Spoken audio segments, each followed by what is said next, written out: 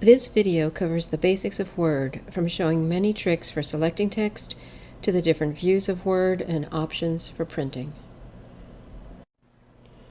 We'll begin by generating some random text. This is quicker than typing or opening a file and is useful when you just want to practice a few features. Start by typing equal RAND and in parentheses indicate the number of paragraphs and the number of sentences you'd like. For instance, I want 4 paragraphs and 3 sentences each, so I'll type 4, 3 parentheses and then press enter. This generates the random text from Word's help files. There are many ways to select text rather than dragging the mouse. Try each of these. Double-click to select a word. Triple-click to select a paragraph. In the left margin, called the selection bar, click once to select a line, twice to select a paragraph, and my favorite, triple-click to select the entire document. Use Control-click to select non-adjacent text. Shift and the arrow keys on the keyboard lets you easily select a small amount of text.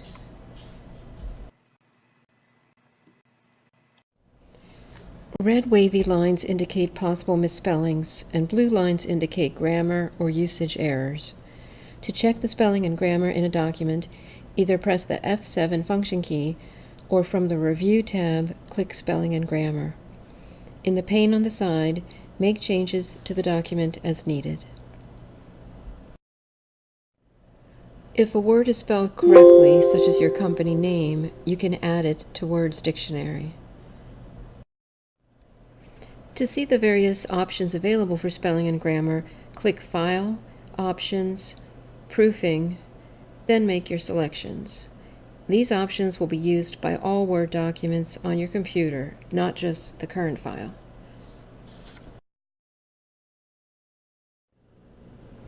Next, we'll use the Find and Replace commands. To locate text within a document, press Ctrl F, or from the Home tab, click Find. Enter the text to search for, and the results will be highlighted. To change the text, use the Replace command from the Home tab. We'll change car to vehicle. Notice what happens if I use Replace All. I'll undo that.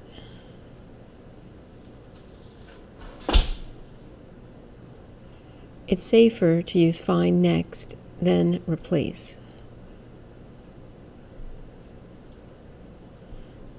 Or in this case, find whole words only using the More button.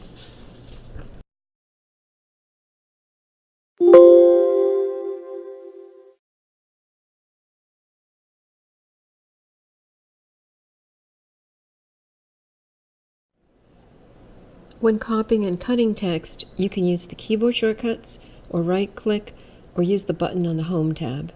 The keyboard shortcut to copy is Ctrl-C. To paste is Ctrl-V. Think of Velcro for Ctrl-V. And use Ctrl-X to cut. Think of the X like a pair of scissors. Instead of the keyboard, I'll cut this paragraph by right-clicking, and I'll paste it down here. There are several paste options. If you want to keep the same text and formatting, choose the first option.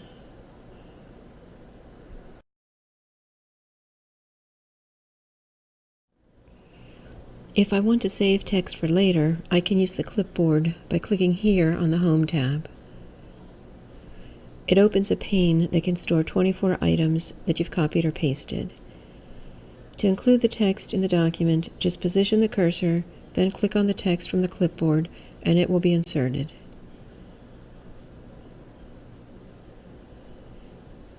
Text can be moved by dragging highlighted text, or copied by holding Control and dragging the mouse. These methods do not store the text on the clipboard.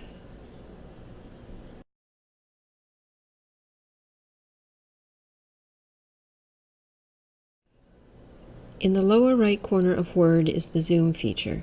You can use the slider to zoom in and out of the document. This will not affect how it is printed.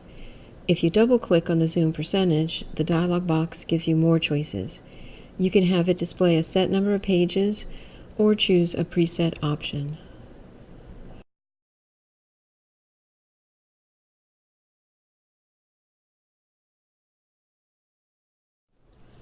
When writing essays and reports, you may need to know your word count.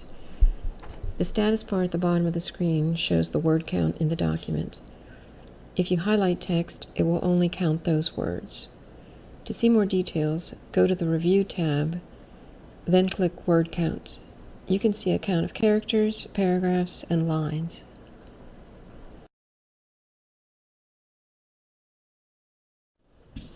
Sometimes you'll want to change to a different view of your document. From the View tab, the default is Print Layout, which shows the document as it will be printed.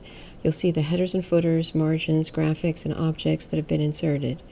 Some people prefer the Read mode to look through a document. It has the look of a tablet, but it doesn't represent how it will print. Press Escape to return to the Print Layout view. The Web Layout view lets you see the document as it would appear as a web page. And the Outline view lets you manage headings and adjust levels in a complicated document. The Draft view is an important one. Although it doesn't display the margins and graphical objects, and it distorts the columns, it helps when working with sections, pages, and column breaks.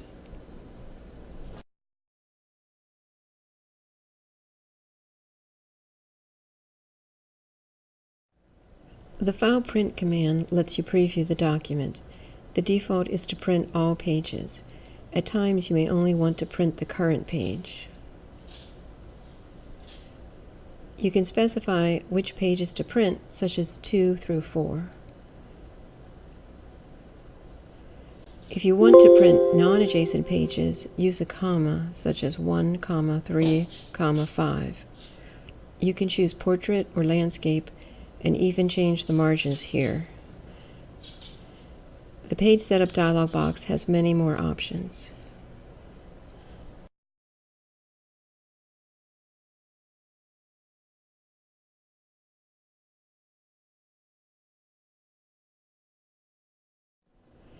If you have a short document, such as a flyer or a poem, you can center it vertically on the page from top to bottom. Use the Page Setup dialog box. Then from the Layout tab, choose Center for vertical alignment.